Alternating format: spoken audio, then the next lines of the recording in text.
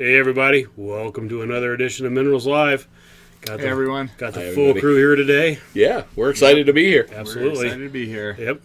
We're going to have Phil giving us some education today. I was going to give you Indeed. guys a reprieve, but I was told people wanted this. Yes, so, people wanted it. You've been warned. Yes. Phil's You- fun facts. You might learn something. There you go. It's a good thing. People Yeah. like it. Oh, I mean, it's about Some books people like today. it, yeah. We're going in a little bit of a different direction today, Yes. but you'll see that in a minute. There you go. Absolutely. Well, we are excited about our upcoming road trips. Your opening, right. your opening graphic Right. was showing that we were going to be Yep. hitting the road. Even if you're quarantined at home, dear Right. customer, Yeah. we will come to you. You don't That's need to go right. anywhere. Yep. We'll come to you. That's right. We would be delighted to, and I get to be the first one on the road. That's Oh, right. really? Yep. Yes. Coming up pretty soon. It's coming up In a pretty month soon. away or so. I'll be leaving Denver on April 11th, I believe. Wow, is almost Okay. the exactly a date. month. Yeah. Yep. April 11th, Saturday, I'll be hitting the road to go to Texas. There Going you go. on down to And Texas. we're going to Texas and then through the southeast part of the U.S. And up the East Coast.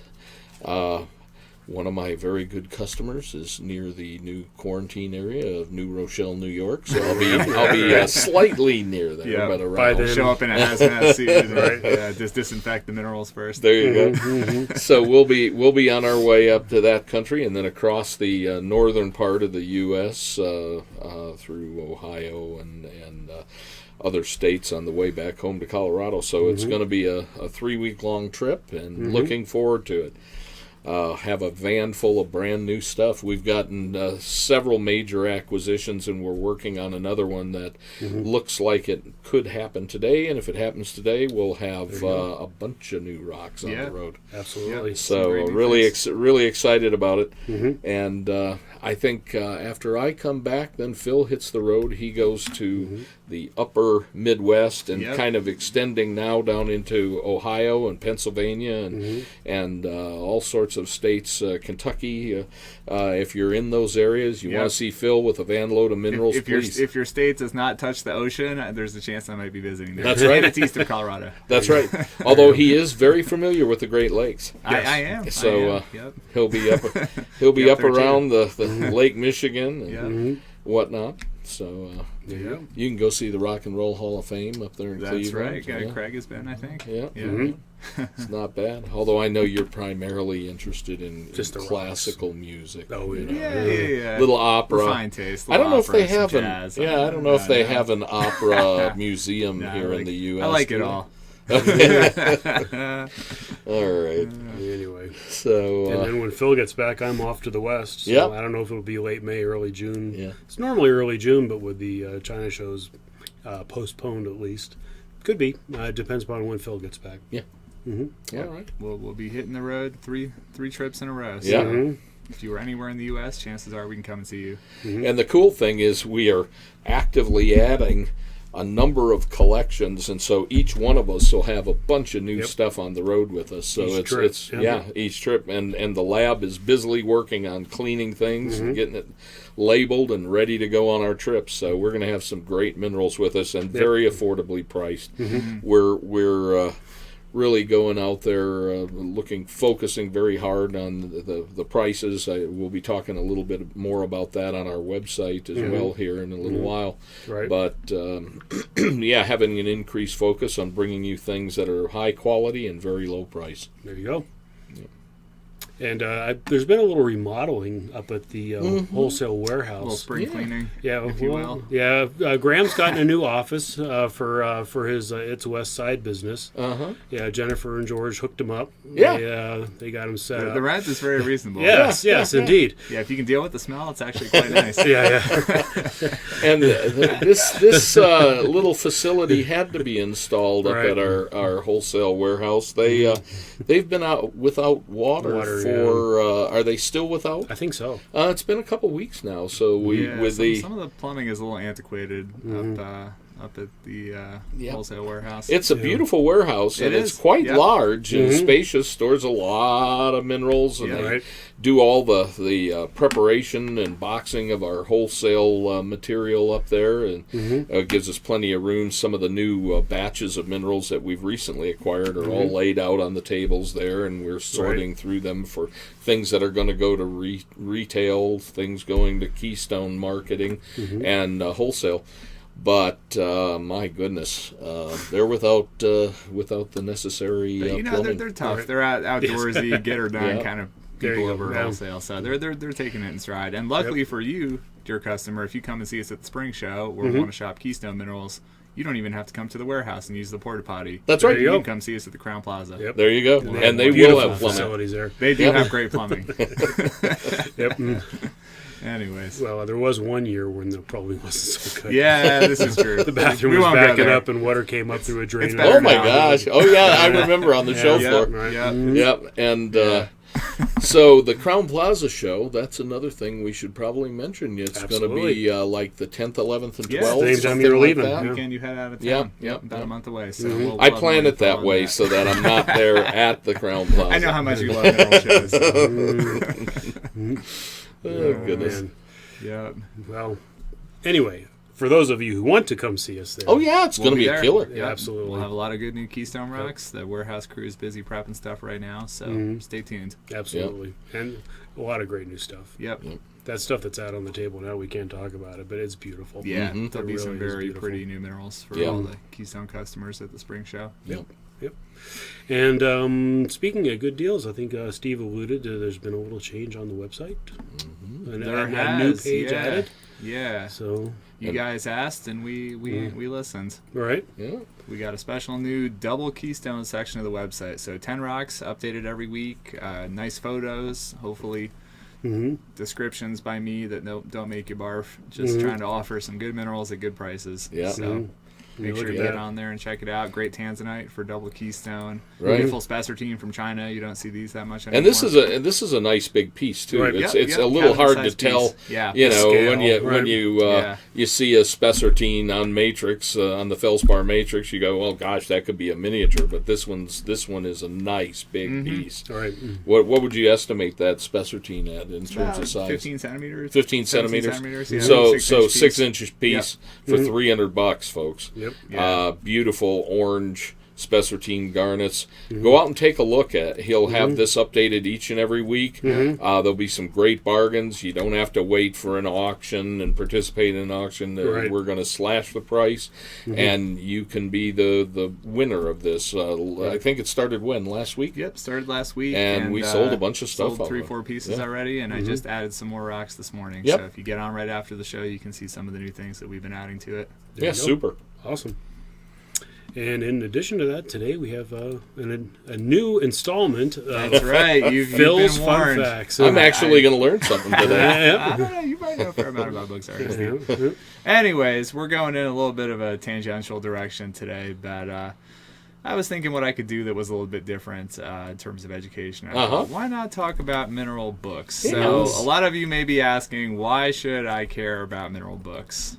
Well, books make you more knowledgeable about minerals. I don't think that's a surprise to anybody. Most knowledgeable collectors have a more fulfilling collecting experience, and they make better acquisition decisions, and they're in a better position to get good deals if they do some reading about minerals. And, good illustrated mineral books are beautiful. Most of us cannot necessarily have the best minerals in the world in our collections or go and see all the best museums, but if you buy good books, you can see some of the best in these books. Very true. And, collecting is a good complement to your mineral collection. Collecting books, I think a good library is the mark of a serious collector in a lot of ways, and you can get a lot of information in mineral books that you can't get anywhere else. A lot of this stuff, there's a lot of stuff on the internet these days, but mineral collecting is still a niche field, so there's a lot of stuff that you just can't get anywhere else except a book or a magazine. Right. And finally, I would say that appreciating the history of mineral collecting through books makes you appreciate that we are in the golden age today for minerals. For sure. So we're going to start with the really early days, going all the way back to year 1000 up to about 1500. So back then, as you might imagine, there were no modern printing presses. The printing presses were invented in 1440 by a guy named Johannes Gutenberg, and there were only a couple thousand handwritten manuscripts across Europe. Most people were illiterate. However, medieval lapidaries, which were books dealing with minerals, fossils, and stones, were actually pretty popular, and a number were published, typically in Latin, prior to 1500. There was one by Aristotle that was published in the 9th century. This is probably the first mineral book dealing specifically with minerals, and there were some other ones in the 11th, 12th, 13th century. Modern science, as we know it, didn't really exist back then. Minerals were assigned a mixture of what we call metaphysical properties and other kind of imagined properties. And basically all rocks, whether they were minerals, rocks, fossils, were all kind of considered the same thing back then. And some of these manuscripts can be really beautiful and highly collectible, and they actually sell for quite a bit of money when you can get them. Especially this next type of manuscript, which people call illuminated manuscripts. And these are really cool for anybody who's ever studied one of these or seen them in person. They're pretty amazing. So these predated the printing press again, but these basically, they're in Latin typically, and they're illustrated with all kinds of cool little notations and artworks in them, and these go for big bucks. It's not uncommon for these to sell for 5-6 figure prices when you can get them. So moving a little bit forward to 1500 to 1700, the big event in 1500s was the publication of a book called De Re Metallica, which was by a guy named Georgius Agricola. He was a German doctor and metallurgist. And this was arguably the first book to put minerals in what we might call a modern scientific context. So he, rather than using metaphysical or kind of divine explanation for all these things, said, there's actually some chemistry that we can apply to minerals and how we smelt them and how we look for new ore deposits. And kind of an interesting note, the president of the U.S., Herbert Hoover, was actually a mining engineer, and he actually did a translation of this book back in 1912. And that's collectible as well. You can get the Hoover edition for maybe a couple $100. The original is going to set you back a couple $100,000 at least if you can get it. So moving to the 18th century, just a couple important books. Hard to pull out, out of all the many thousands of mineral and geology books, which are the most important. But this is a pretty important one. This guy's name was Axel Cronstedt. He was a Swedish chemist and mineralogist, and in 1758 he published what was probably the first book that tried to put minerals into a modern chemistry-based system. So before then, minerals were classified more according to metaphysical properties and kind of conjecture, but he really took chemistry and used that to apply minerals into a context. So another guy who kind of built on what Cronstedt did was a French gentleman, René Just Houy, and he was a priest, among other things, crystallographer, and he was really the first person to put minerals into a crystal context and say, look, we know these things have a macro symmetry. We can see that these crystals are all the same for different species. They have a regular symmetry. Maybe that actually goes down to the molecular scale and even the atomic scale.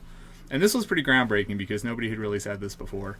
And he published an essay in 1784 that proposed this crystal class system, the kind of foundation of it. And then in 1822, he published the Traité de Crystallographie, which was basically the first proposition of the modern crystal classes. And this is a pretty collectible book. It is out there. It's not super expensive to get a copy, but it's a definitely important book.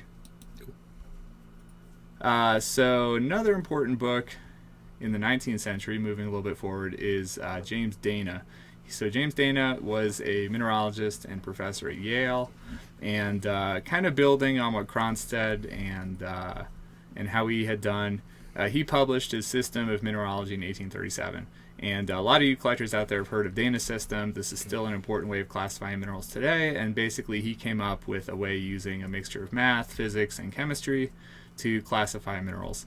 And this book is still in print. It's gone through many different editions. All the editions are collectible, but like most books, the first edition is the one that most people are really looking for. Gotcha. So another book in the 19th century that's a little more of a visual book is by a guy named James Sowerby. And James Sowerby was a British artist. He was also a geologist of sorts. And he was famous for these beautiful illustrated books. And he published in 1811 a book called British Mineralogy with many, many colored figures. This was a 5-volume set. It took him like 5 years to publish this. And this is highly collectible today. It contains about 400 hand-colored plates. And he published kind of a supplement to that in 1811 called Exotic Mineralogy, and that was basically a worldwide representation of different minerals. And, this book is cool in a couple different ways because it shows what were considered high-quality specimens back in the early 19th century, and you can see how quality standards have changed. But also, it's a little bit of a time capsule of, all the collections are listed. You can see how things were illustrated. You can see how they described them. So it's got some cool history that goes with it. If you want a copy, hold on to your wallet. Complete sets go for anywhere from 25 to 40,000 that I've seen for British mineralogy. The exotic mineralogy, that can go up to about 30,000. Sometimes partial ones are available, but this book is one of the few mineral books that interest broader book collectors because it's a nice example of early color printing. So most mineral books we don't have a lot of competition for, but this is one that actually interests some general mineral collectors or book collectors as well. Gotcha. Just a couple nice illustrations out of that book. The right is a pair of emerald specimens from Colombia. These were known very early on, actually. These were coming to Europe even back in the 1700s. And I'm not sure what the left one is. So moving to the 20th century, I was trying to come up with a succinct list of a couple important books from the 20th century, and there's many, many, many mineral books. But this guy was important for a couple of reasons, George Frederick Kunz. He was a mineralogist, gemologist, and a dealer in New York City. He worked for a Tiffany company, and he published a bunch of different things. He published a book called The Curious Lore of Precious Stones. This is more of a what we might call metaphysical or kind of a history of, properties that people ascribe to minerals. But he published other things too. He worked with the USGS to describe gems in the first comprehensive way. And this guy's also important because he really helped popularize mineral collecting with a different class of people. So the so-called gilded class, people like J.P. Morgan and Andrew Carnegie, Kunz really took them under his wing and said, look, you guys should care about minerals. You should support museums. And that kind of, again, led in a way to the sort of golden age we're in right now for mineral collecting. So another important book in the 20th century, Frederick Poe. He was a museum curator, author, the American Museum in New York. In 1953, he published his Field Guide to Rocks and Minerals. And this was a very important field guide because it really helped popularize mineral collecting to the baby boomer generation, which today is the most important group of mineral collectors. After World War II, this book was cheap. You could buy it for $1 or a couple bucks. And I don't know, did you ever have this growing up, Steve? Or yes, I did, actually. Yeah. I didn't. Yeah. Yeah, I think I might have had this as a kid. You still see this book all over the place. It's a very, very influential book. Another influential book from the 20th century is Paul Desautel's The Mineral Kingdom. This came out in 1968, and this book was really important because it not only did it provide a great introduction to mineral collecting, but it framed the context of mineral specimens more as natural art and in aesthetic terms, whereas previously all the field guides had framed them more in scientific and historical terms. So this book was really kind of a turning point in collecting. Right. Another important book in the 20th century, Peter Bancroft, actually a few books. Peter Bancroft was a high-level collector and author, and he published 2 books in the early 80s, The World's Finest Minerals and Crystals, and Gem and Crystal Treasures. And both of these are beautiful coffee table books. Highly recommend them if you don't have them. And again, these framed minerals as really important natural art objects and, did a good job of quantifying what makes a specimen really special. And the Gem and Crystal Treasures book is really cool because it kind of focuses in on some of the most important localities at the time and has some great stories about the localities. It's really, really good reading for that time capsule, that period that it was produced. So a couple modern books I thought every collector should have. This is just a very small pick list here, if you will. This is a fantastic book, American Mineral Treasures. It's obviously focused on the U.S., but it's basically the top 50 American mineral localities, and all the chapters are written by the experts on those locales. Beautiful book, but also contains a lot of really well-written information. What are these going for today? These go for about $80 to $100. You Okay. can get a copy on Amazon. They were out of print supposedly for a while, but I still saw some copies online. So Good. Those aren't too pricey. Yeah, they're great. Yep, and this next book is very affordable. You can get a copy for under $50. This is a great book. This is on the Houston Museum of Natural Science, and not only is it a nice illustrated representation of some of the top specimens in that museum, but it has a really great intro chapter on what it means to collect fine minerals and what are some characteristics to look for in a collection. It's fabulous. That introduction is great. And Joel Barch and Wendell Wilson were big contributors in that. So one other thing, this isn't a book per se, but most of you know the Mineralogical Record. It's really the premier mineral collecting magazine, published since 1970. High quality articles on pretty much anything mineral related. And it's worth noting you can often get a complete set for under about $2,500, right? Which for the knowledge you get from that is really not that much money. So highly recommend the Minrec to everybody out there too. Yep. Well, thanks, Phil. And that's all, folks. Yeah. It's a great overview. A little bit of a whirlwind, but no, it's a great overview. Thanks. Yeah. And people should get those, whatever they can afford out there on that list. Yep. Go from the back of his presentation forward, and you'll be able to get a lot of. If you can't afford Agricola or Aristotle, illuminated manuscript for $1 million, you can get the Min Record. Right. Rocks and Minerals isn't bad either. Rocks and Minerals is great too. Yeah, it sure is. Yep. So well, that was fun. Absolutely. Yeah, thanks. And if there's other topics in the future you'd like to hear our friend Phil drill down into, let us know. We'd be happy to love to hear put it together. For sure. Well, that brings us to the shameless selling part of the show. Yeah, that's right. And I know many of you are excited to get to that part of the show. Yep. Unfortunately, some people just skip right to it. Don't skip my book. There you go. Don't do You're it. about to be a more informed buyer here because you listen to that. Or if you did, go back and listen to it. Rewind. All right. Anyway, specimen number one. Yep. Little calcite with quartz overgrowth from China. This must have been was this like a unique pocket or a It find? was, and it was out of Wollongong, Inner Mongolia, and it was one of the first big finds that came out from Wollongong. This was maybe 4 or 5 years ago now. At least. Yeah. What's I don't know if it has the year. No, it just went in as AC Ilva. Yep. But these were really, really cool, and they're calcite crystals that have occurred on a nice base of druzy quartz, and then the quartz in the late stage, the quartz actually grew druzy quartz over top of the calcite, so they're bright white, brilliant, sparkling quartz, both making up the matrix that the calcites are sitting upon, as well as an overgrowth of calcites of quartz over the calcite crystals. And they were just, when these came through the door, I was going, these are just flipping beautiful. Yep. And the close-ups will show you some aspect of it, but hopefully the turntable will also show you the how bright and lustrous the quartz is as it's going around here. The calcite crystal on this, the biggest of it, is 7.7 centimeters across, so it's a really big calcite crystal.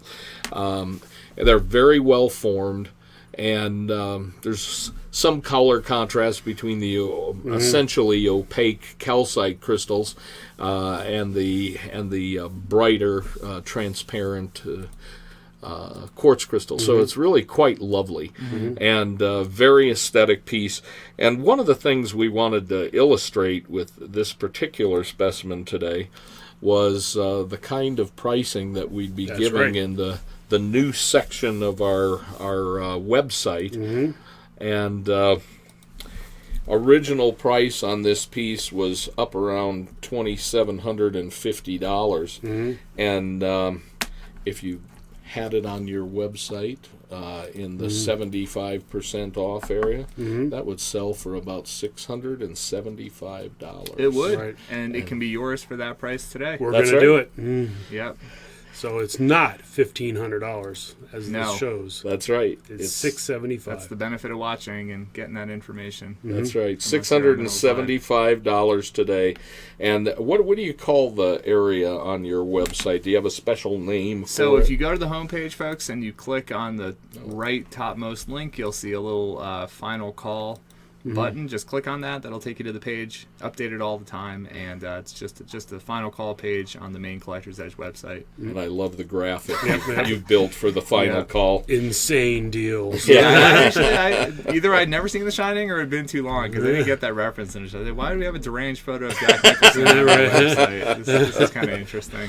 I just live under a rock. And this calcite, You read folks, too many books. Yeah, exactly. this calcite is not a trivial size specimen. No. What's the size of this one, Rich? This specimen is 7 by 13.7 by 7 centimeters. It's pretty big. Yeah, so you're over 5 inches across, between 5 and 6 inches across, with the largest of the calcites measuring 7.7 centimeters. Right. So if you want a generous small cabinet size specimen from China that's really quite aesthetic and beautiful for only $675, you want to get a hold of Richard at minerals@collectorsedge.com. You can see it right above us.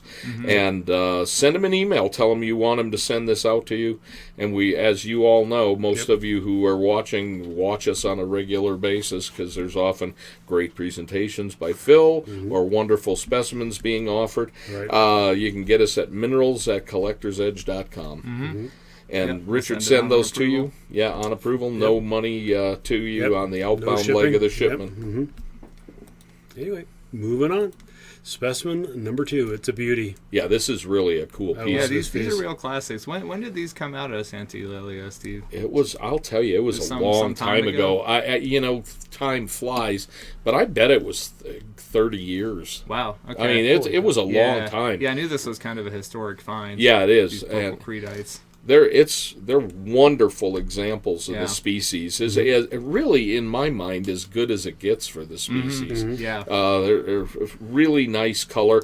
This one, I think, came out of the Cook collection That's true. in Lance and Dallas, I Devers, yep. believe, or Fort Worth area. Right. Yep. And they have great taste, and the only reason you would let go of a specimen like this is they've kind of upsized the pieces in their collection, and so things that were closer to miniature size and small cabinet like this one is no longer fit in the collection. So they have placed this with us to sell on their behalf, which we are happy to do for them and for others. If you're considering parting with your collection Right. and are looking for a consignment dealer to handle it, don't hesitate to get a hold of the Collector's Edge. But this is a great creedite from the Santa Eulalia district, Chihuahua, Mexico.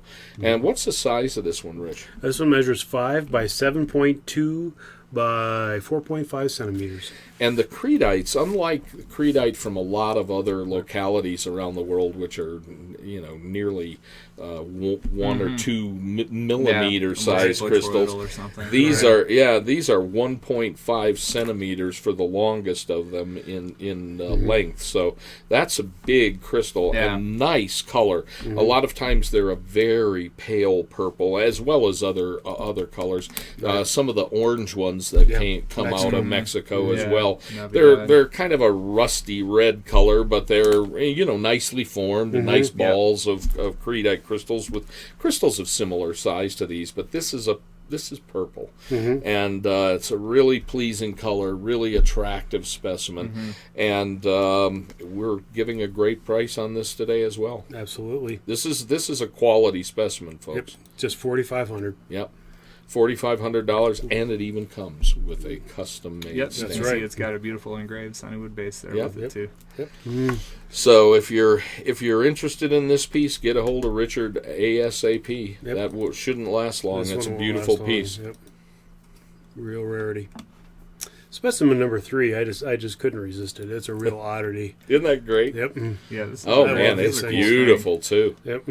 Whose collection was this out This of? is a Proctor piece. Oh, Proctor okay. piece. Yeah, I remember Proctor had several of these. Yeah. Yeah, these are from Argentina. These are pseudomorphs, actually, of hematite after magnetite, and I think they're found in a volcano, if I remember right. And they're really quite unique. They have this very sharp crystal form and cool twinning and interesting morphology. Yeah, that's super aesthetic. Don't know exactly how this is going to. Oh, that doesn't look too bad. Let me get it focused up here first before we put it out to the viewers. Yeah.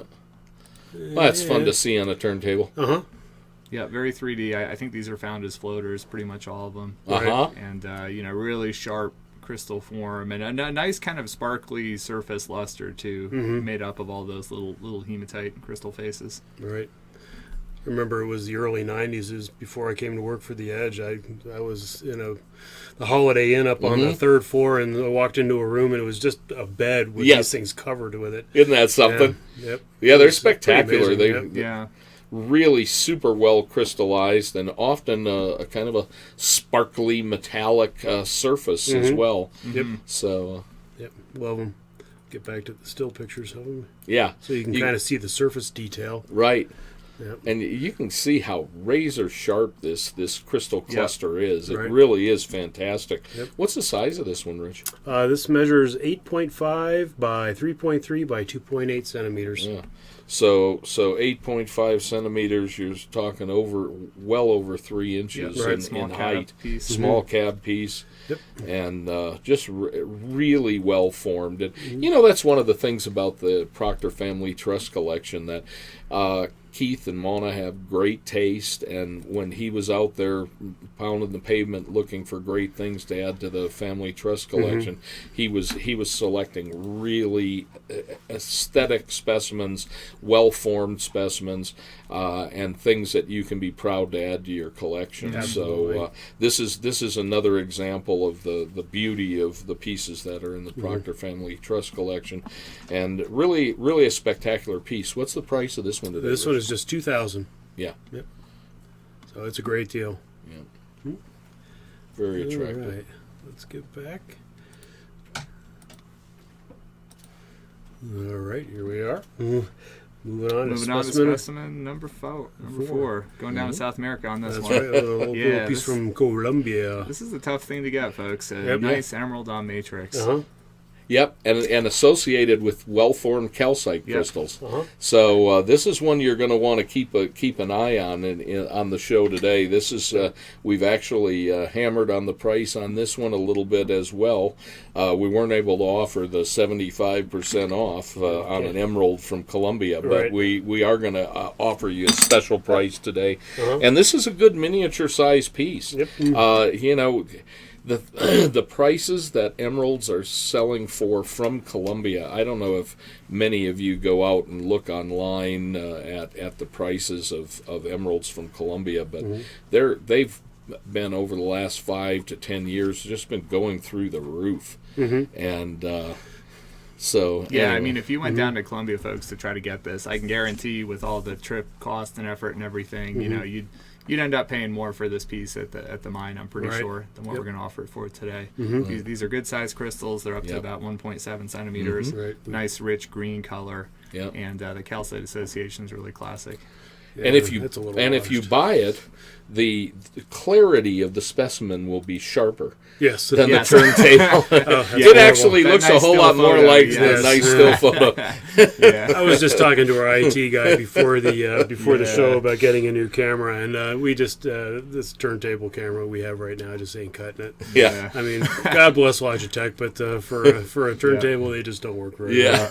Our return rate for on approval specimens has been quite low. Yes, Richard can tell you. So you will be pleased with this. Exactly. One a year, And it's a good size piece. This isn't some little thumbnail, folks. You're talking about 4.5 centimeters maximum dimension by 3.7 by 2.5. So it's a nice size miniature specimen with a very attractive emerald crystal. There are actually a couple in parallel growth there.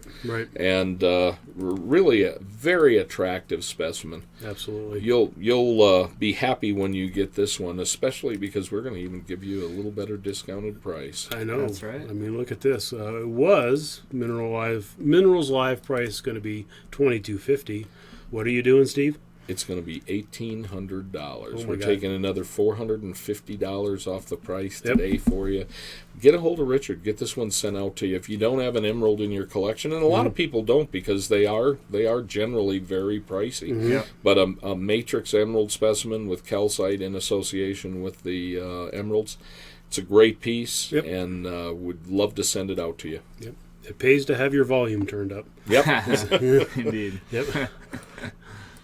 All right, moving on to specimen number 5. Yeah, we're going to Russia for Yes, this one. this is a little gemmy little thing. Isn't here. that pretty? Love it.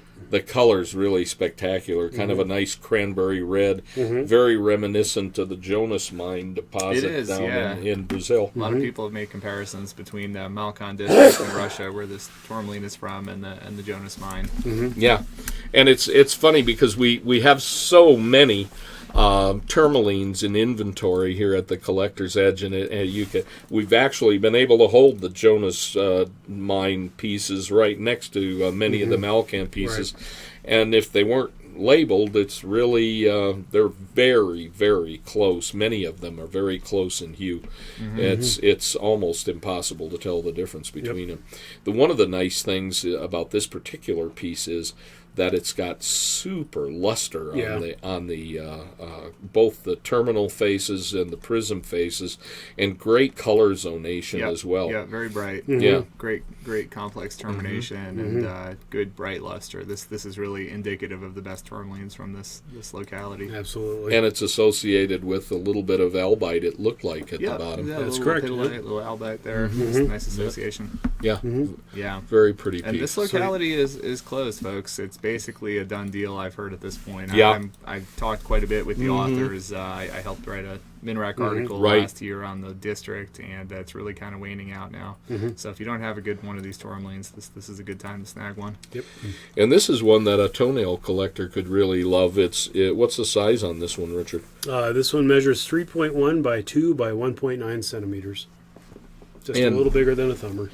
And when you see it in person, the color, it's always hard to photograph these things. It's actually got in between this and in person, it's a little deeper cranberry red color.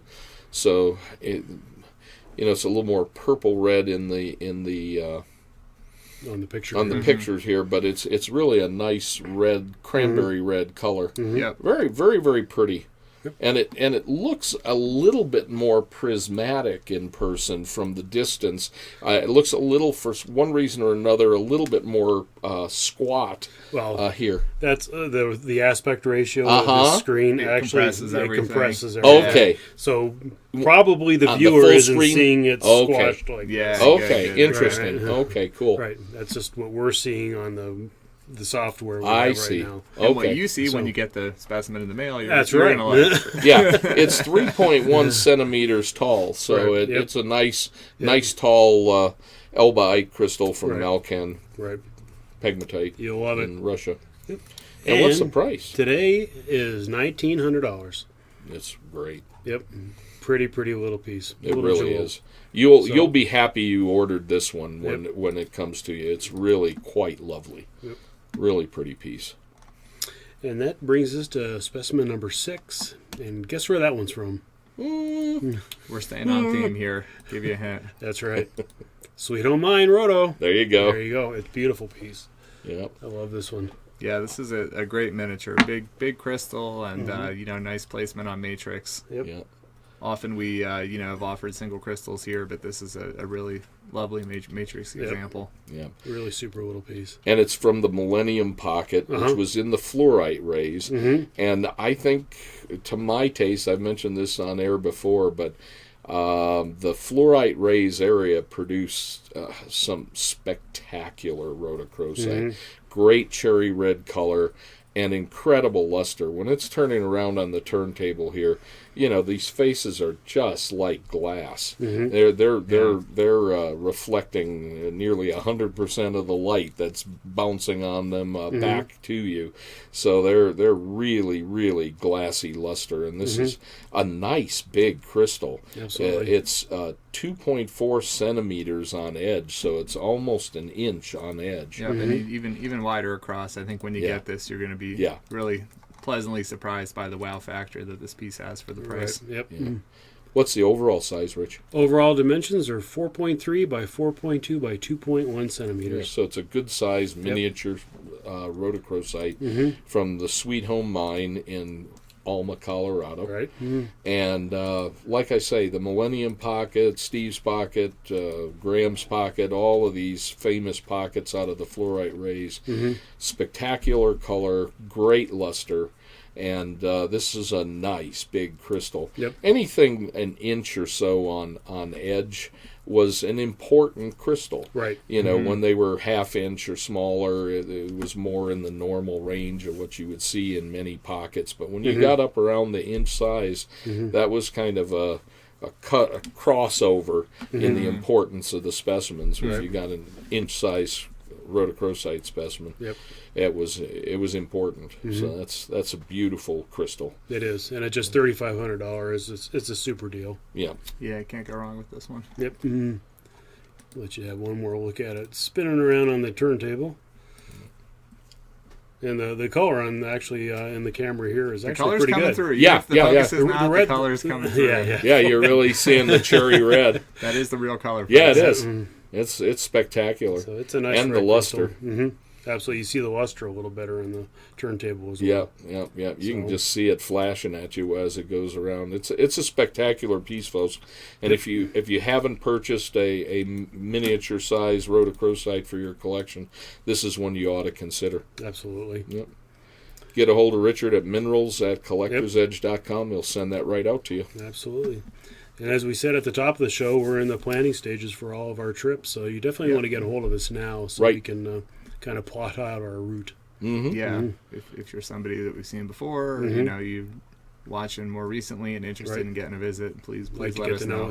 We're covering pretty much the whole U.S. So now that we got Phil on board, we're getting that. Hitting the heartland too. We're not just coastal in Texas anymore. That's right. That's right. We're all over the country. All over. Yeah. And another reminder, please stop by and visit our last call page. Or final call, I should say.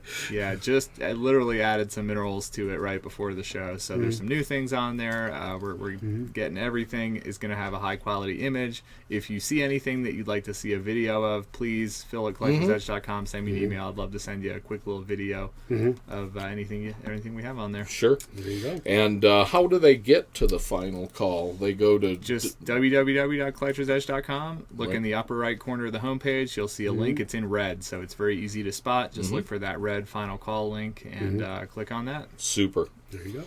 Well, thanks, Phil. And Steve. Thank you, You Rich. were going to say something, Steve? I was just going to say, when you're out there looking at www.collectorsedge.com, don't forget to go out and see what's on the reserve. We've also made some changes out on reserve.com. Some beautiful pieces there. Yep. Reserve collectorsedge.com. I always drool when I go look at those things. Yeah. We've added more minerals out there as well. Nice site too. Come take a look. You'll enjoy browsing it if you haven't. Very well put together. Yep. So, that brings us to a conclusion of another show. Yeah, thanks everyone. Thank you very much. Thanks for tuning in. We'll catch you next week on another edition of Minerals Live. See you then. Take care, everybody.